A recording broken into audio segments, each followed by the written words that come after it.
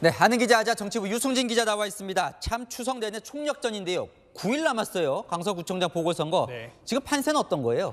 네, 제일 궁금한 게 누가 이길까 판세죠. 그래서 여야 지도부에 한번 물어봤습니다. 국민의힘은요, 쉽지 않은 승부다. 하지만 뚜껑은 열어봐야 안다고 말합니다.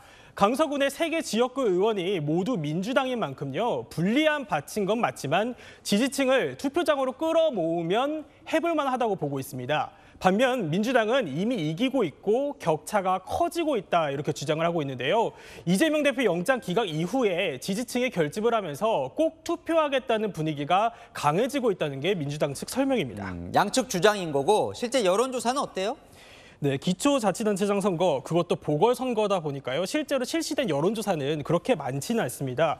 그래도 한번 보면요. 추석 전인 지난달 18일, 19일 실시된 여론조사에서는 진교훈 민주당 후보가 김태우 국민의힘 후보를 오차 범위 밖으로 앞섰습니다. 하지만 이후 이 대표 영장 기각부터 김 후보자의 40억 애교 발언 논란까지 이슈가 꽤 있었죠. 연휴 이후 조사를 해봐야 민심을 알 것 같습니다. 그런데 사실 이 보궐선거는 투표율이 낮거든요. 그래서 여론조사 투표 결과가 다른 경우도 많아요. 네, 맞습니다. 여야 지도부도 그 사실을 잘 알고 있는데요. 지난해 6월이죠. 김태우 국민의힘 후보가 당선됐었던 강서구청장 선거의 투표율을 한번 보면요. 51.7%였습니다. 하지만 공휴일도 아닌 평일에 열리는 보궐선거는 이보다는 낮을 것으로 예상됩니다. 그래서 민주당은 강세 지역이라서 투표율이 높을수록 유리하다 이렇게 보고 있는데요. 투표율 40%를 목표로 잡고 있는데 35%만 넘겨도 이길 수 있다 이렇게 보고 있습니다. 반면 국민의힘은요, 투표율이 높냐 낮냐 보다는 이 지지층을 투표소로 얼마나 불러내느냐에 따라서 승부가 갈릴 것으로 보고 있습니다. 자, 그러면 여당은 지지층을 어떻게 불러내겠다는 거예요, 투표소로? 네, 한마디로 힘 있는 사람들을 다 등장시키겠다 이런 고공전 혹은 공중전으로 볼 수 있습니다.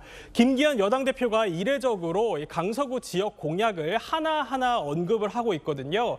강서구 빌라를 아파트로 만들겠다, 또 재건축하겠다 이런 건데요. 대통령, 서울시장, 장관 모두 여당이니까 여당을 뽑아야 지역 공약 지킬 수 있다는 겁니다. 오세훈 시장 얼마 전에 왔다 갔죠. 모아타운에. 막 그냥 왔겠습니까? 국토교통부 장관을 도와줘야 이게 뭐 가오건 풀릴 거 아닙니까? 그죠? 또 앞서 말씀드린 대로 지지층을 투표장으로 끌어내기 위해서 이재명 대표의 사법 리스크도 계속해서 부각하고 있습니다. 자, 반면 야당은요, 아까 앞서 리포트 보니까 바닥전이라고 얘기를 하던데 어떻게 하겠다는 거예요? 네, 맞습니다. 야당은요, 바닥을 훑는 지상전이라고 볼 수 있습니다. 채널A가 입수한 계획안을 한번 보여드리겠습니다. 민주당은요, 서울 전 지역위원회에 시간과 지역을 이렇게 나눠서 조를 짜서 강서구에 투입시켰습니다. 한번 보면요, 윤석열 정부의 무능한 국정 운영을 구전으로 홍보하겠다 이렇게 되어 있죠. 밑바닥 민심을 자극하겠다는 겁니다. 우리 대한민국 전체에 관계된 운명과 관계된 일이다라는 생각하실 수 있도록 전 당원 동원 체제 꼭 좀 만들어서 실제 좀 시행이 됐으면 좋겠습니다. 네. 자, 이 대표 이제 곧 당무에 복귀할 텐데요. 연휴 끝나면 이 대표 앞에 놓인 과제가 이 강서구청장 선거만 있는 게 아니에요.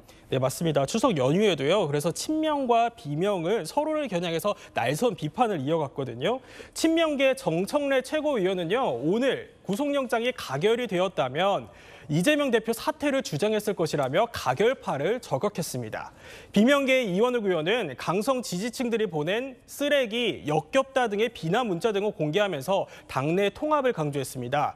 친문 최재성 전 의원은 영수회담 제안으로 간볼 때가 아니라 안으로 대통합에 나서야 한다고 했는데요. 이 대표는 연휴 첫날 하나된 힘으로 무능한 정권에 맞서겠다고 한 뒤 침묵하고 있습니다. 이 대표가 무슨 메시지를 던지며 복귀할지도 관전 포인트라고 할 수 있습니다. 네, 잘 들었습니다. 아는 기자 유승진 기자였습니다.